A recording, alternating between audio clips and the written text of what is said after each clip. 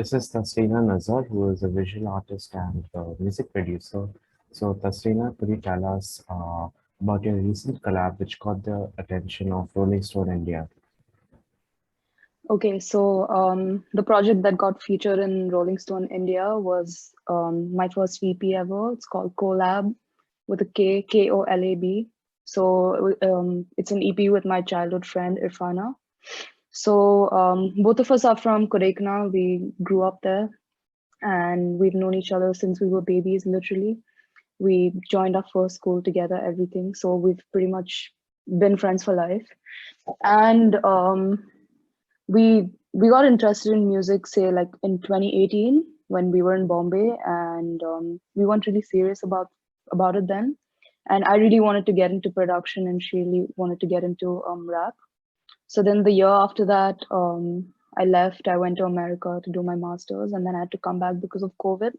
And by then, I'd practiced my production, and she'd already been rapping, and she got quite a bit of exposure because she started putting out music. So then we decided to make an EP together, and we decided to base it off Kodaikanal, and hence the name Collab. So the KO stands for Kodaikanal, and because we made it in Kodi.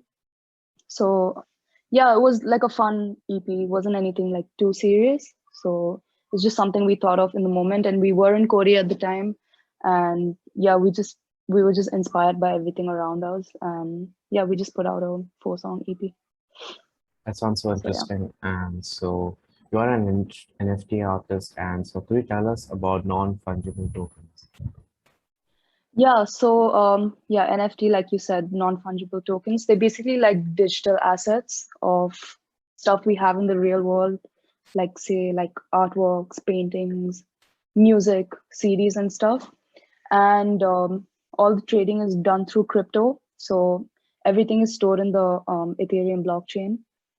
And so basically, NFT is like one of a kind. So your artwork has value.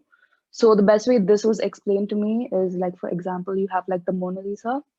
And so no matter how many replicas there are of the painting, it's never going to hold the original, like the value of the original painting.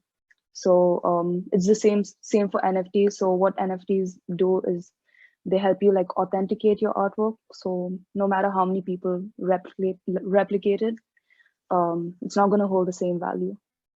So yeah, that's basically what NFTs are. I think right now digital art is big, but slowly music is also coming in, and people are making collectibles and stuff.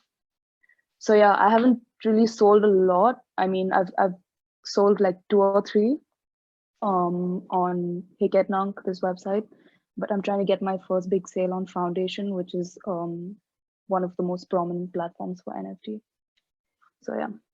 So, Tafsina, what suggestions would you give to students who are interested in a creative field like art and music? Okay, so what I would say is, first of all, keep practicing your art. You may not be that good in the beginning, but again, practice makes perfect. And I think in creative field, networking is very important because I feel like you can make the best piece of art or like the best piece of music and it can go unnoticed. So it's really important to network so you can get your work out there, and yeah, just keep talking to people, keep collaborating with people. And the thing about the creative field is there are no like textbook rules to it. You can pretty much like do whatever you want. That's why it is the creative field. And yeah, don't give up hope because it takes a long time to like get noticed. And also it's really important to form your own brand, like form your own style that stands out from the rest. I think that really helps. And yeah, never undervalue yourself. Always make sure you get paid for what you do, and make sure you get paid well for what you do, because at the end of the day you are also like providing a service, like someone needs you. So yeah, make sure you're rewarded for what you do. Great. And so I have a project called Buy Local, which is a project which supports local businesses in Kodi.